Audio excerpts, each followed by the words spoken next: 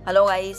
तो कैसे हैं आप सब लोग? उम्मीद है आप सब लोग खैरियत से होंगे और दुआ भी यही है कि आप लोग हमेशा खैरियत से रहें। तो गाइस, आज वीडियो यहाँ पे जो मैं बना रही हूँ, तो जिस टॉपिक पे मैं बात करने जा रही हूँ वो टॉपिक फेसबुक पे बहुत ही ज़्यादा उसकी जंग छिड़ी हुई। तो उसी के रिगार्डिंग सोचा चलो एक वीडियो बनाते हैं। तो उससे पहले ये बता दूँ कि यहाँ पे अभी मैं 2 वीडियो बताऊँगी, उसके बाद मैं अपनी बात रखूँगी। लेकिन वो दोनों ही वीडियो में ना ही किसी जेंडर पे, ना ही किसी धर्म पे और ना ही किसी धर्म गुरु पे उँगली उठाने का कोई मकसद नहीं है इसमें।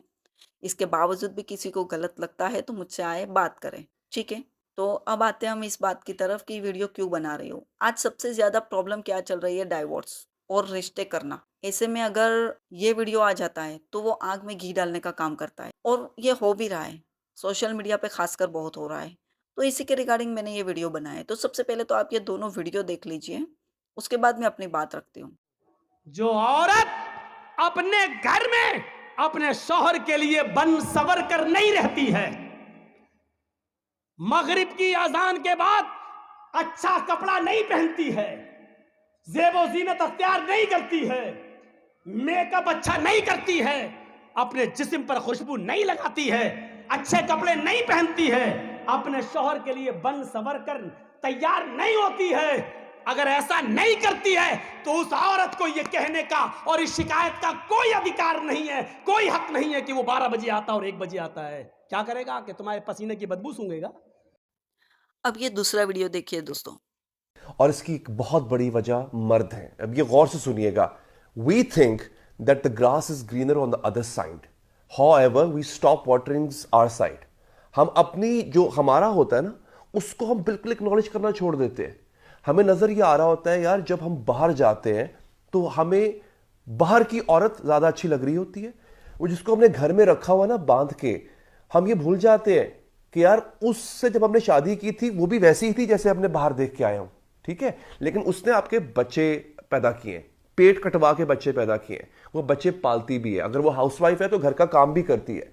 और हम एक्सपेक्ट करते हैं कि जब बाबू साहब घर वापस आए तो उनको बड़ी सजी संवरी मिले। अरे भाई, वो किचन में काम कर रही थी तुम्हारे लिए, तुम्हारे बच्चों के लिए खाना बना रही थी, उससे प्याज की स्मेल भी आएगी, तो बर्दाश्त करो।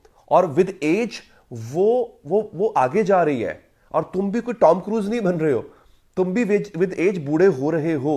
सो वो जो हो रहा होता है ना कि बाहर वाली से हम कंपैरिजन करना शुरू कर देते हैं जो घर में बैठी हुई है हमारे। और अगर तो वो वर्किंग वुमन है, फिर तो उसको और सलाम करना चाहिए यार, कि वो काम भी कर रही है बाहर जाके, वो आपका घर भी संभाल रही है, वो आपको भी देख रही है। तो दोस्तों, जैसा आपने देखा ये दोनों वीडियो, पहले वीडियो में मौलाना साहब एक कुछ कह रहे हैं। मौलाना साहब अपनी जगह पे ठीक है, औरत को सजना चाहिए, संवरना चाहिए और वो सजना संवरना और जो श्रृंगार है वो सिर्फ अपने हस्बैंड के लिए है। अगर कोई औरत रील्स बना रही है या स्टेज पे आके नाच रही है और वो समझती है कि मेरे बहुत से फॉलोवर्स हैं, तो आग थू ऐसे फॉलोवर्स पे और ऐसे श्रृंगार पे और ऐसे सजने संवरने पे जो दुनिया के लिए नुमाइश बन के रह गई है। बराबर है? तो ये बात सही है कि आप अपने हस्बैंड के लिए हो, आपका श्रृंगार, आपकी खूबसूरती दुनिया को दिखाने के लिए नहीं है, क्योंकि आप नुमाइश की चीज़ नहीं हो, म्यूज़ियम में नहीं रखा जा सकता आपको। आप एक वो अनमोल हीरा या ज्वेलरी हो जिसको सँभाल के तिजोरी में रखा जाता है। तो आपके ऊपर पर्दा वाजिब है और आप अपने शौहर के लिए है। सही बात है ये। लेकिन अब जैसे मौलाना साहब इसमें कह रहे हैं वीडियो में, हस्बैंड जब घर आता है आप सच सवर के रहो। अरे मौलाना साहब, इससे तो सबसे पहला पॉइंट तो ये आता है कि उसी तरह जैसे औरत को सच के सवर के रहना चाहिए, वैसे ही हस्बैंड को भी ऑफिस से सच सवर के आना चाहिए। इस शरीयत में ये हुक्म है कि जैसे आप चाहो कि मेरी बीवी मेरे लिए सजे सवरे, वैसे ही आप भी अपनी बीवी के लिए तैयार होइए। नहाना धोना फिर तो वो बात हो गई कि आप भी ऑफिस से इतना ही तैयार होके आइए।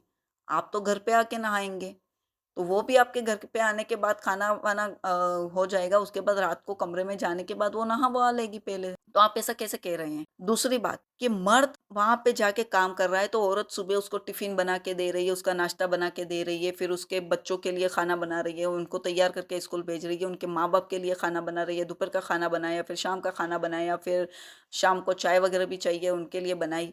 तो वो घर में चौबीसों घंटे फिर घर की साफ-सफाई की, वो कर रही है। जैसा दूसरा वीडियो में वो सर बोल रहे हैं। तो ऐसे में अगर आप बोलते हैं कि सच सवर के रहो, तो आप आग में घी डालने का काम कर रहे हैं सर। मतलब अगर मर्द ये कहता है कि मैं ऑफिस से आया मेरी बीवी सजी-सवरी नहीं थी, मतलब वो अभी भी सिर्फ़ उसकी खूबसूरती से ही प्यार करता है।